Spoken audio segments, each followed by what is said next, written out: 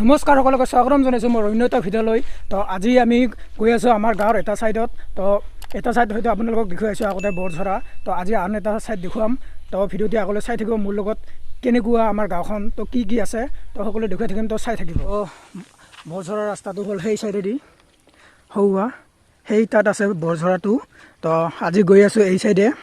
তো এই ছাইডে গৈ আপোনালোকক সকলো দেখুৱাম কি কি আছে কি কি নাই। তো চাই থাকিব।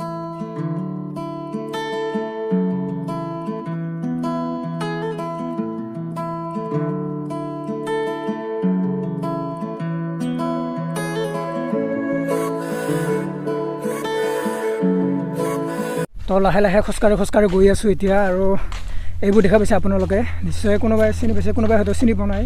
এইবিলাক হ'ল ৰবৰৰ গছ। ইয়াৰে বহুত বস্তু তৈয়াৰ কৰা হয়, যেনে চেণ্ডেল, টায়াৰ এইবিলাক। তো আপোনালোকক দেখুৱাবলৈ চেষ্টা কৰিম কেনেকুৱা।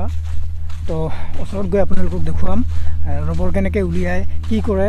তো সকলোখিনি আপোনালোকৰ ওচৰত উপস্থাপন কৰিবলৈ চেষ্টা কৰিম। তো চাই থাকিব।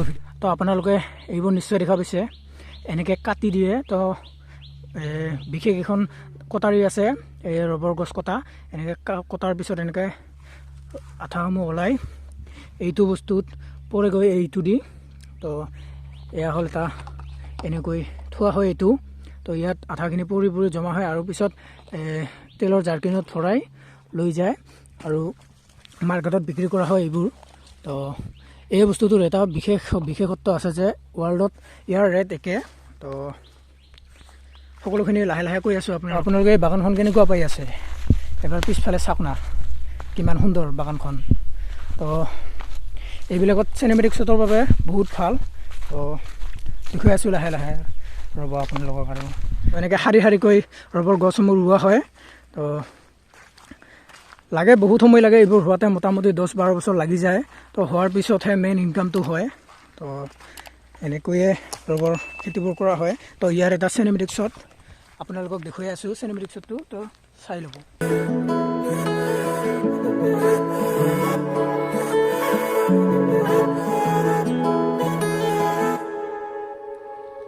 আজি যিহে গৰম দিছে, তো অলপ ইয়াত আহি বহুত ভাল লাগিছে। বহুত ঠাণ্ডা ইয়াত ঠাইখিনি, আৰু বতাহো মাৰি আছে। তো অলপ জিৰাইছোঁ আৰু আগলৈ যাম। তো দেখুৱাই আছোঁ আগলৈ কি কি আছে।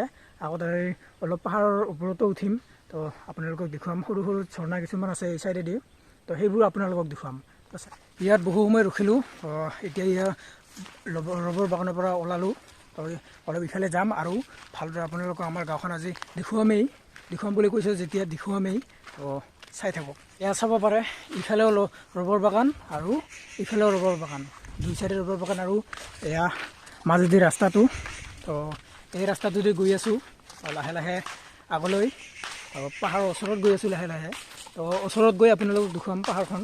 তো চাই লওক না, কিমান সুন্দৰ পাহাৰবোৰ দেখিছে আপোনালোকে নিশ্চয়। তো কেমেৰাত আহিছেনে নাই নাজানো, কিন্তু মজা লাগি আছে এয়া ভিউটো আপোনালোকে চাই।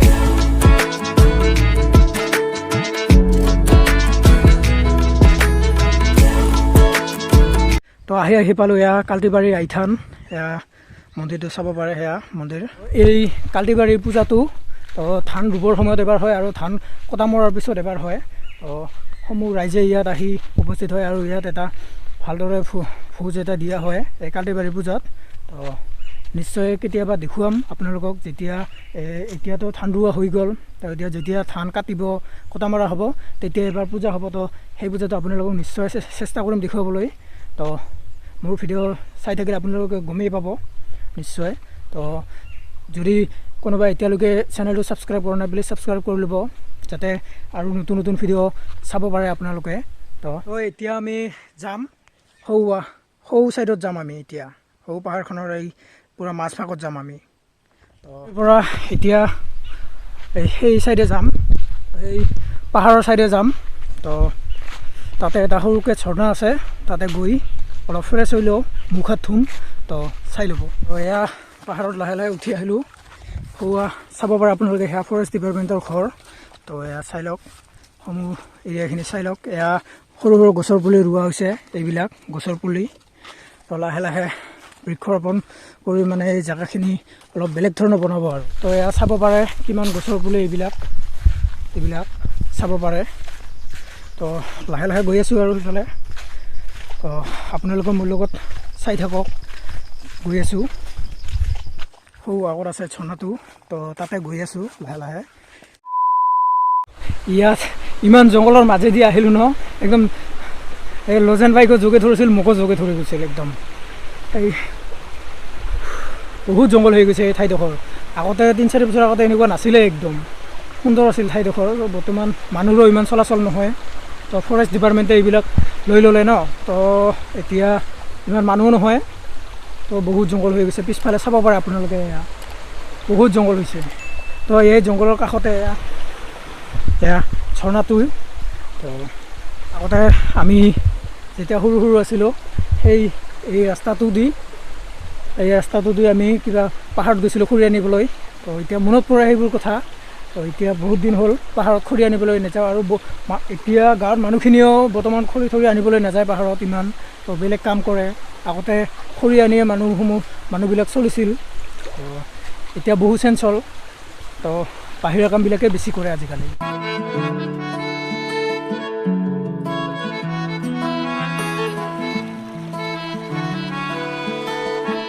আপোনালোকেতো গমেই পায়, আমাৰ গোটেই গাঁওখনে পাহাৰৰ মাজত।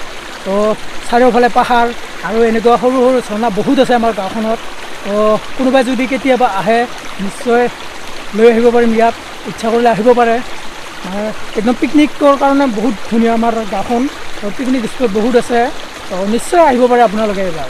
এনেকুৱা বহুত ভাল ভাল এনেকুৱা ঠাই আছে, তো ইয়াত পিকনিকো হ'ব পাৰে। কেইদিনমান আগতে তাৰ আগত কোনোবাই খাই গৈছিল। কিছুমান লেতেৰা কৰিও থৈ যায়, তেনেকুৱা কৰিব নালাগে। মদৰ বটল পেলাই থৈ যায়, এনেকুৱা কৰিব নালাগে। কাৰণ পৰিৱেশটো ভাল থাকিলেহে আমি ভালে থাকিম। মদৰ বটলসমূহ এনেকৈ পেলাই যাব নালাগে। কোনোবাই খায়, তাত আপত্তি নাই, নিজৰ পইচা দি খায়, কিন্তু পৰিৱেশটো নষ্ট কৰিব নালাগে। কাৰণ পৰিৱেশ নষ্ট কৰাৰ আমাৰ কাৰো অধিকাৰ নাই। খাব, কিন্তু তেনেকুৱা নকৰিব যে বটল য'তে ত'তে ভাঙি পেলাব, কিবা পেলাব, এইবিলাক নকৰিব, প্লিজ নকৰিব, অনুৰোধ জনাইছোঁ আপোনালোকক। তো ইয়াত বহুত সময় ৰখিলোঁ, আৰু ইয়াত ফটো উঠিলোঁ বহুত। তো সৰুকৈ এটা ভিডিঅ' আগবঢ়াবলৈ চেষ্টা কৰিলোঁ আপোনালোকৰ আগত। তো ভিডিঅ' ইমানকৈ দিয়া নহয় মোৰ, তো অলপ কাম চামো কৰিব লাগে, বাহিৰা কামো। তো আজিৰ ভিডিঅ'টো ইমান দীঘলীয়া নকৰোঁ। তো আকৌ এটি নতুন ভিডিঅ'ৰ সৈতে আপোনালোকক লগ পাম আশা থাকিল সকলোকে। তো আজিলৈ বাই বাই।